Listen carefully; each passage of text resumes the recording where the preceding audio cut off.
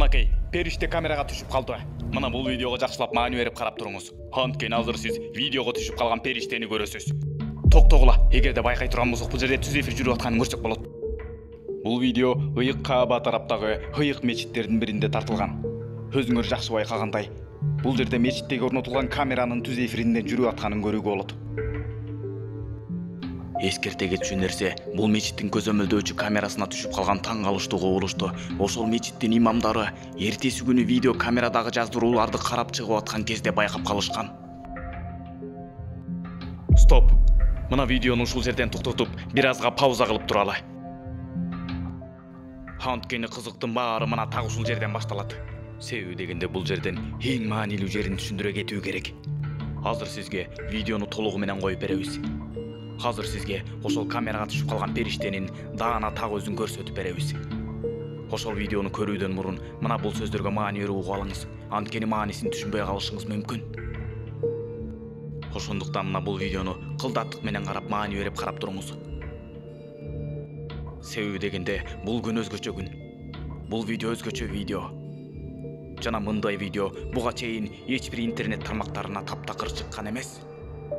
Жана бул видеону ошол жердин, ошол мечиттин имамдары текшерип көрүшкөндө, алардагы таң калуу менен атайын илимпоздорго, атайын окумуштууларга бул видеого түшүп калган видео жазууну атайын окумуштууларга алып барып беришкенде, ал окумуштуулар дагы таң калышып жакаларын кармашкан.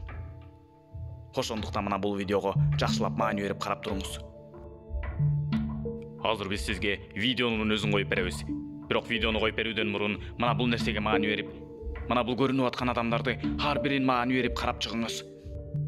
Мына бул адамдардын баарысын ар бирин кылдаттык менен карап алыңыз азыр видеону коюп берүүдөн мурун. Анткени азыр биз сизге видеону коюп бергенде ушунчалык деңгээлде таң калып жакаңызды кармайсыз. Мынакей, бул жакты дагы карап алыңыз. Эми түшүндүрүп берүүгө уруксат бериңиз. Мынакей, бул адамдарды байкай турган болсок, ар бирин жакшылап маани берип байкай турган болсок, бул адамдар адамдай эле. Эч кандай бир өзгөчөлүктү байкабайбыз. Бул адамдарда кандайдыр бир өзгөчөлүктү көрүүгө болбойт. Мына эми азыр видеосун коюп берели. Видеосун жакшылап маани берип кылдаттык менен карап туруңуз. Азыр сиз периштени көрөсүз жана таң калып жакаңызды кармайсыз. Эгерде баарын угуп, баарын көрүп даяр болуп турган болсоңуз, анда биз видеону токтогон жерден кайра уланталы. Мынакей, Ыйык Рамазан айында, Ыйык Кадыр түнгүнү, Кадыр түн кечесинде адамдар мешитке чогулуп отурган кез. Ал эми Ыйык Рамазан айында, Ыйык Кадыр түндө Аллах Тааланын буйругу менен асмандан жердин бетине бир топ периштелердин жерге түшөрүн билесизби? Чындыгында Кадыр түндө Аллах Тааланын буйругу менен Жабраил алейхиссалам периште жана аны менен бирге бир топ периштелер жерге түшүшөт. Ал эми бул видеого түшүп калган ушунчалык нурдуу нерсени байкап көрүңүзчү. Мынакей, мына карагылачы.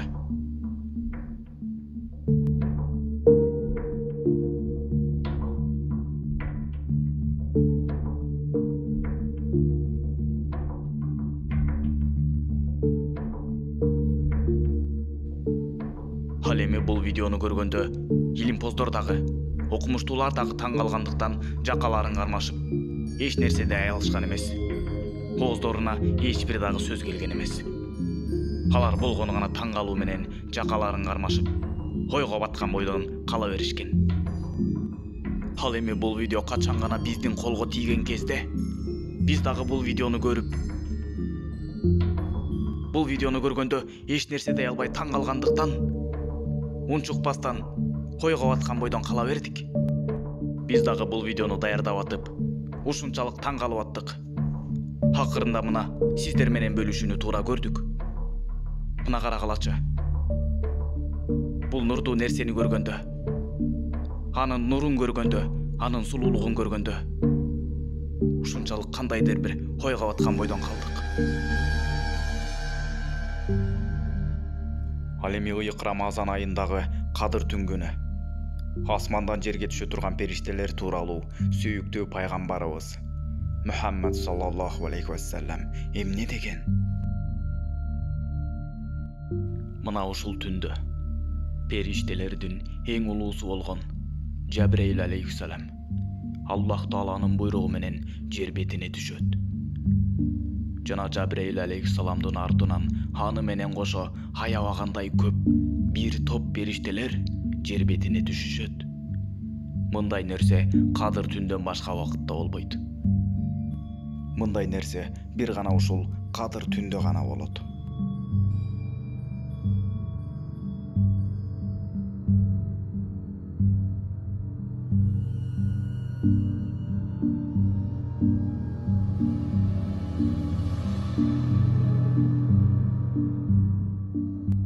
Ал эми бул түн чындыгында эле өзгөчө кадырлуу түн.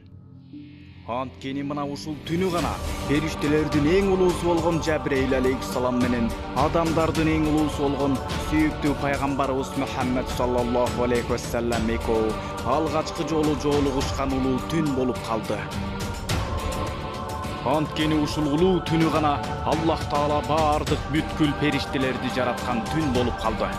Жана ушул түнү гана алгачкы адамды Аллах Таала жараткан түн болду. Жана ушул түнү гана Аллах Тааланын буйругу менен Жабраил алейхиссалам келип, сүйүктүү пайгамбарыбыз Мухаммед саллаллаху алейхи ва салламдын жүрөгүнө Аллах Тааланын аяндарын жүрөгүнө салган түн болуп калды. Мына ошондуктан ушул түн ыйык Кур'ани Каримдин алгачкы жолу жер бетине түшүрүлгөн түн болуп, ыйык Кадыр түнү болуп калды. Мына ушул түнү гана Аллах Таала ыйык Куранды жер бетине түшүрдү.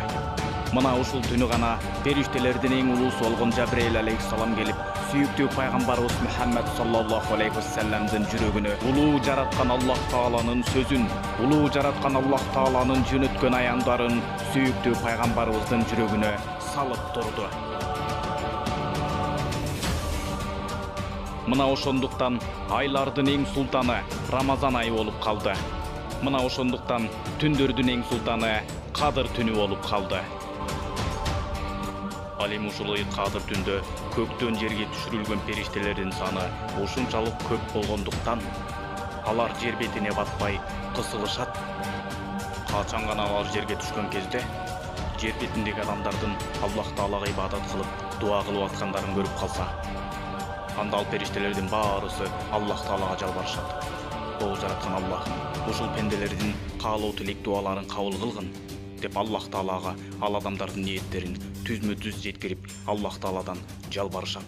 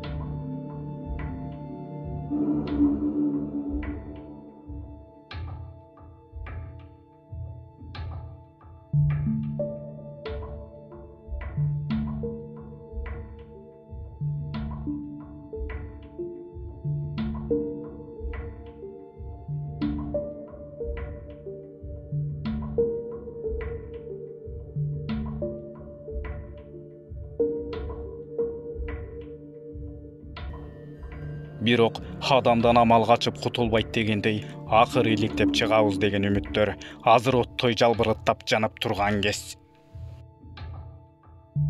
Шумдук деп мына ушуну айт. Биздин чектелүү акылыбыз эмнеге жетмек эле? Ойдон күлүк нерсе жок демекчи, оюбузга эмнелер гана келбейт. Албетте, аныгын Аллах билүүчү. Ал эми биз болгону бир алсыз макулукпуз. Чындыгында биз билбеген канчалаган ааламдар бар.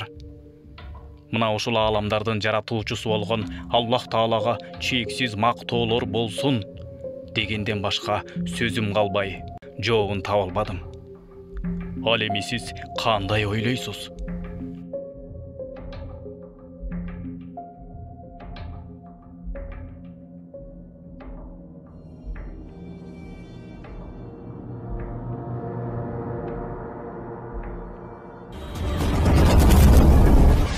Видеону даярдаган Ушундук ТВ каналы.